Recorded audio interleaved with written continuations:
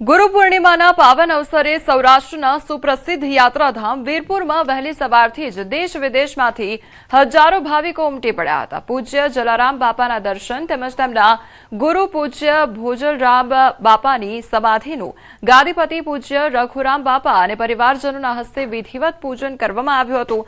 આ પ્રસંગે યાત્રાધામ વીરપુર જય જલારામના જયઘોષથી ગુંજી ઉઠ્યું હતું। આજે ગુરુ પૂર્ણિમાના દિવસે હું પૂનમ ભરવા માટે ચાલીને આવ્યો છું મારા ગુરુને મળવા માટે। હું જેને ગુરુ માનું છું એવા સંત શિરોમણી જલારામ બાપાને મળવા માટે આવ્યો છું અને ખાસ કરીને અમે દર પૂનમ ગોંડલ જલારામ મંદિરથી ચાલીને પૂનમ ભરવા માટે આવીએ છીએ। વર્ષમાં એકવાર હું જરૂરથી અહીં દર્શને આવું છું। હું મહીસાગર જિલ્લાના સંતરામપુર તાલુકામાંથી મોટી સસણ ગામથી આવું છું અને છેલ્લા 17 વર્ષથી હું જલારામ બાપાના દર્શન કરી ધન્યતા અનુભવું છું। એમના પરચા અપરંપાર છે। એમની પરચા થકી મારા જીવનમાં ઘણા કાર્યો સફળતાપૂર્વક સિદ્ધ થયા છે અને આપ સૌને વિનંતી કે આપ પણ જલારામ બાપાના દર્શને આવો અને બાપાની કૃપા મેળવો। રાજકોટમાં આજે ગુરુ પૂર્ણિમાના પાવન પર્વની ભક્તિમય ઉજવણી। ત્યારે શહેરના રણછોડદાસ આશ્રમ ખાતે વહેલી સવારથી જ મોટી સંખ્યામાં ભક્તો ગુરુદેવના દર્શન માટે ઉમટી પડ્યા હતા, જેના કારણે આશ્રમ બહાર લાંબી કતારો જોવા મળી। ભક્તોએ જણાવ્યું કે તેઓ દિવસની શરૂઆત પહેલા ગુરુદેવના દર્શન કરીને આશીર્વાદ મેળવે છે। ગુરુ પૂર્ણિમાના પવિત્ર અવસરે આશ્રમ ખાતે રક્ષાપોથી બાંધવાનું પણ વિશેષ મહત્વ છે। માન્યતા મુજબ રક્ષાપોથી બાંધવાથી ગુરુદેવ આખું વર્ષ પોતાના ભક્તોની રક્ષા કરે છે। આજે ગુરુ પૂર્ણિમા છે અને આજે ગુરુદેવના આશીર્વાદ મળે તે માટે આજે બધા આવે છે અને આશીર્વાદ લે છે। હા, આખું વર્ષ ગુરુદેવ રક્ષા કરે છે અને બધા આખું વર્ષ રક્ષાપોથી બાંધે છે, તેથી રક્ષા થાય છે। આજે ગુરુ પૂર્ણિમાનો પાવન પર્વ છે ત્યારે રાજકોટ શહેરના સુપ્રસિદ્ધ રણછોડદાસ આશ્રમ ખાતે જે છે તેમની ભવ્ય ઉજવણી થઈ રહી છે। અત્યારે અહીંયા મોટી સંખ્યામાં ભક્તો છે તે દર્શન માટે આવતા હોય છે। અહીંયા રાજકોટમાં આજે જે રણછોડદાસ આશ્રમ છે ત્યાં દિવસ દરમિયાન હજારો ભક્તો છે તે દર્શનનો લાભો લેશે। વહેલી સવારથી જ ભક્તો અહીંયા લાઈનમાં ઊભા છે। ભાઈ, શું કહેશો ગુરુદેવની પહેલા તો તમારા જીવનમાં કેવી કૃપા છે અને તમે દર્શન માટે આવી? પહેલાં તો હું એટલું કહીશ કે આજનો તહેવાર ગુરુ પૂર્ણિમા એટલે આમ તો મોટે ભાગે બધા લોકો રોજે અહીંયા દર્શન કરવા આવતા હોય છે, પણ આજે ખાસ તહેવાર છે। એટલે તમે જોઈ શકો છો કે ગુરુ વિના જ્ઞાન નહીં, માતા વિના માન નહીં ને પિતા વિના પ્રાણ નહીં। ગુરુ એટલે શું? ગુરુ એટલે કે અંધકારમાંથી અંજવાળામાં લઈ જતો પર્વ એટલે ગુરુ પૂર્ણિમા। માટે મારે ચોક્કસ કહેવું જોઈએ કે ગુરુ પૂર્ણિમાના દિવસે ગુરુને અચૂક પ્રણામ અને એમના આશીર્વાદ લઈને ભવ્યતાનો લાભ લેવો જોઈએ। ખૂબ સારું એવું રણછોડદાસ બાપુનું સાનિધ્યની અંદર આજ હજારો ભક્તો કે જે અહીંયા આવે છે દર્શનનો લાભ પણ લે છે। જે મજૂરો હોય છે, જે ગરીબ માણસો હોય પણ પ્રસાદનો લાભ લે છે અને દયા છે, રણછોડદાસ બાપુની દયા છે। લાઈનો જોવા મળી રહી છે। મોટી સંખ્યામાં ભક્તો છે તે અત્યારે કલાકો સુધી લાઈનમાં ઊભા રહીને પણ જે રણછોડદાસ બાપુ છે જે આશ્રમ છે તેમના દર્શન કરતા હોય છે। આજે જે ભક્તિભાવ માહોલમાં ગુરુ પૂર્ણિમાની જે ભવ્ય ઉજવણી કરતા હોય છે ત્યારે વહેલી સવારમાં ગુરુદેવને પહેલા દર્શન કરી અને પછી પોતાનો જે નિત્યક્રમ હોય તે શરૂ કરતા હોય છે। ત્યારે રાજકોટ છે તે પણ અત્યારે ગુરુ ભક્તિના રંગે રંગાયું છે। હાર્દિક જોશી, ન્યૂઝ 18 ગુજરાતી, રાજકોટ। સાબરકાંઠામાં ગુરુ પૂર્ણિમાના પાવન પર્વની ભક્તિમય ઉજવણી જોવા મળી। ખેડબ્રહ્માના નાના અંબાજી તરીકે પ્રસિદ્ધ અંબિકા માતાજી મંદિરે વહેલી સવારથી મોટી સંખ્યામાં ભક્તો દર્શન માટે ઉમટી પડ્યા। તો ગુરુ પૂર્ણિમાના અવસરે મંદિરમાં માતાજીને ખાસ શણગારથી સજાવવામાં આવ્યા। ભક્તોએ માતા અંબિકાના દર્શન કરીને ધન્યતા અનુભવી અને સુખ સમૃદ્ધિ માટે પ્રાર્થના પણ કરી છે।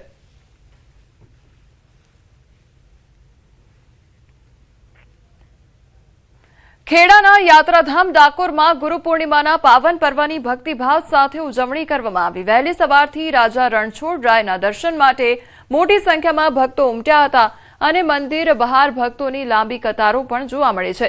ગુરુ પૂર્ણિમાના અવસરે રાજા રણછોડને ખાસ દિવ્ય શણગાર કરવામાં આવ્યો। મુખ્ય મંદિર ઉપરાંત આસપાસની ગુરુ ગાદીઓ પર પણ ભક્તોનો ભારે ઘસારો જોવા મળ્યો। તો જય રણછોડના જયઘોષથી ગુંજી મંદિર પરિસર ગુંજી ઉઠ્યું અને ભક્તોએ રાજા રણછોડના દર્શન કરી ધન્યતા અનુભવી હતી।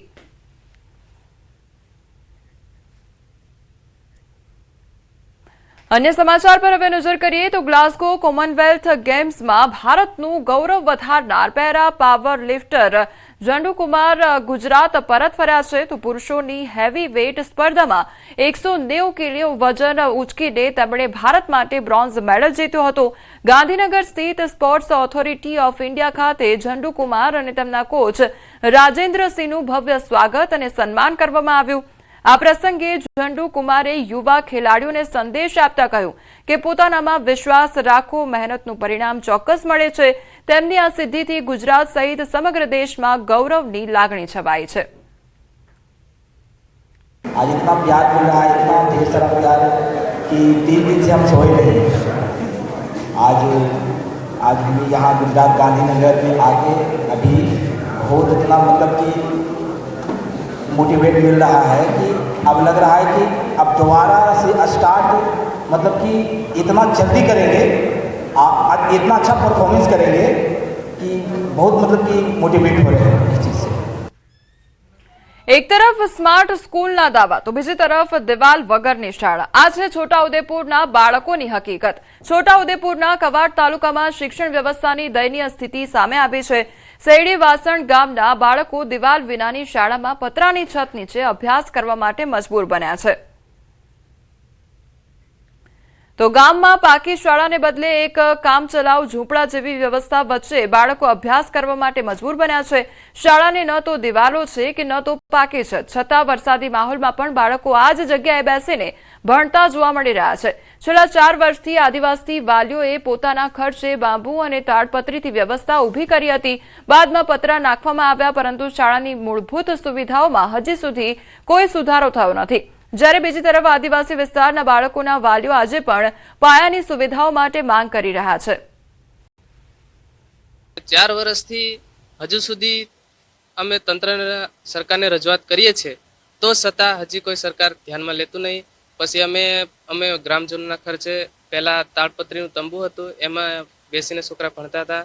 પછી અમે 1 વર્ષ જેવું થયું છે, હવે અમે બધા ફંડ ફાળો કરીને ગ્રામજનોએ પતરા નાખ્યા છે અને નીચે છોકરા બેસીને ભણે છે. વહેલી તકે સ્કૂલ ભણે એવી અમારી માંગ છે. આજુબાજુ ખુલ્લી જગ્યા છે તો એમાં કૂતરા પણ ઝઘડાતા અંદર આવી જાય છે. પછી એમાં કોઈ ઝેરી જનાવર, સાપ જેવું પણ આવી શકે છે. અને જેમ બને તેમ આ સરકારને અમે વારંવાર રજૂઆત કરીએ પણ કોઈ ધ્યાનમાં લેતું નથી. તો વહેલી તકે અમારી નિશાળ બને એ અમારી માંગ છે. અને અમે વારંવાર રજૂઆત કરતા કોઈ તંત્ર ધ્યાનમાં લેતા નહીં. 1 થી 5 સુધીના છોકરા છે અને 53 છોકરા છે. મુશ્કેલી તો બહુ પડે કહેવાય વરસાદની અંદર, અને ચારે બાજુથી આ ખુલ્લું છે એટલે પેલો વરસાદ જ અંદર પડે છે. અમારે વહેલું થાય એ અમારી માંગ છે. આ પ્રાથમિક શાળામાં ધોરણ 1 થી 5ના કુલ 53 બાળકો અભ્યાસ કરે છે. નિયમ મુજબ 2 શિક્ષકો હોવા જોઈએ, પરંતુ હાલ માત્ર એક જ શિક્ષિકા બાળકોને ભણાવી રહી છે. વરસાદી માહોલમાં બાળકો એક જ જૂથમાં બેસીને અભ્યાસ કરવા મજબૂર બન્યા છે. તો ડુંગર અને દુર્ગમ વિસ્તારોમાંથી આવતા બાળકોને લેવા માટે વાલીઓ પણ શાળાએ પહોંચ્યા છે અને શાળા છૂટવાની રાહ જોઈ રહ્યા છે. ભારે વરસાદ વચ્ચે બાળકોની સ્થિતિ ચિંતાજનક બની છે. મારી બસ એટલી જ માંગ છે કે જે બીજી શાળાઓ જેવી રીતે ભૌતિક સુવિધાનો લાભ મેળવી રહ્યા છે બાળકો, એવી રીતે મારી શાળાના બાળકો પણ ભૌતિક સુવિધા બધી એમને મળી રહે એવી મારી પૂરતી કોશિશ છે. હા, ચોમાસામાં થોડી મુશ્કેલી પડે કારણ કે વાછટ એવું આવે તો બુક્સ ને બધું પલળી જાય, પ્રોબ્લેમ થાય છે. છોટાઉદેપુર જિલ્લાના કવાંટ તાલુકાના શેરડીવાસણ ગામે ન્યૂઝ 18 ગુજરાતીની ટીમ પહોંચી છે. આપણે તસવીર બતાવવા માંગીશું કે આજે બાળકો જે છે કઈ રીતે અભ્યાસ કરે છે. આપ જોઈ શકો છો કે શેરડીવાસણનું ગટોળ પડ્યું છે, ત્યાં 1 થી 5ની શાળા છે. આ જે શેરડીની નીચે બાળકો જે બેઠા છે એ શાળાની અંદર જ બેઠા છે, કારણ કે અહીં 4 વર્ષ પહેલાં એક શાળા હતી, ઓરડા હતા, પરંતુ સમય જતાં જર્જરિત બનતા બાળકોની ચિંતા કરી શાળાને તોડી પાડવામાં આવી. પરંતુ હવે તોડ્યા બાદ કોણ કરશે ચિંતા આ બાળકોની? કોણ બનાવશે અહીં શાળા? આ ગામના લોકોએ તો અવારનવાર રજૂઆતો કરી છે, શિક્ષણ વિભાગમાં જાણ કરી છે, પરંતુ શિક્ષણ વિભાગની નજર આ બાળકો પર ક્યારે પડશે? આપ જોઈ શકો છો કે જે રીતે શેડ મારવામાં આવ્યો છે, સિમેન્ટનો શેડ બનાવવામાં આવ્યો છે. આ શેડ કોઈ ગવર્મેન્ટ અધિકારી કે ગવર્મેન્ટના ખર્ચે નથી બનેલો, પરંતુ ગામના લોકોએ ફાળો કરી આ શેડ બનાવ્યો છે કે આ બાળકોને મુશ્કેલી ના પડે. આમ તો સિટીની અંદર સારી અદ્યતન સુવિધાઓ સાથે બાળકો અભ્યાસ કરે છે, તો આદિવાસી વિદ્યાર્થીઓને સારી શાળા ક્યારે મળશે? આમ તો શિક્ષકે પણ રજૂઆતો કરી છે, પરંતુ આ રજૂઆતોને લઈને આ બાળકોને સ્કૂલ જલ્દીથી મળે તે જ એક આ ગામના લોકો માંગ કરે છે.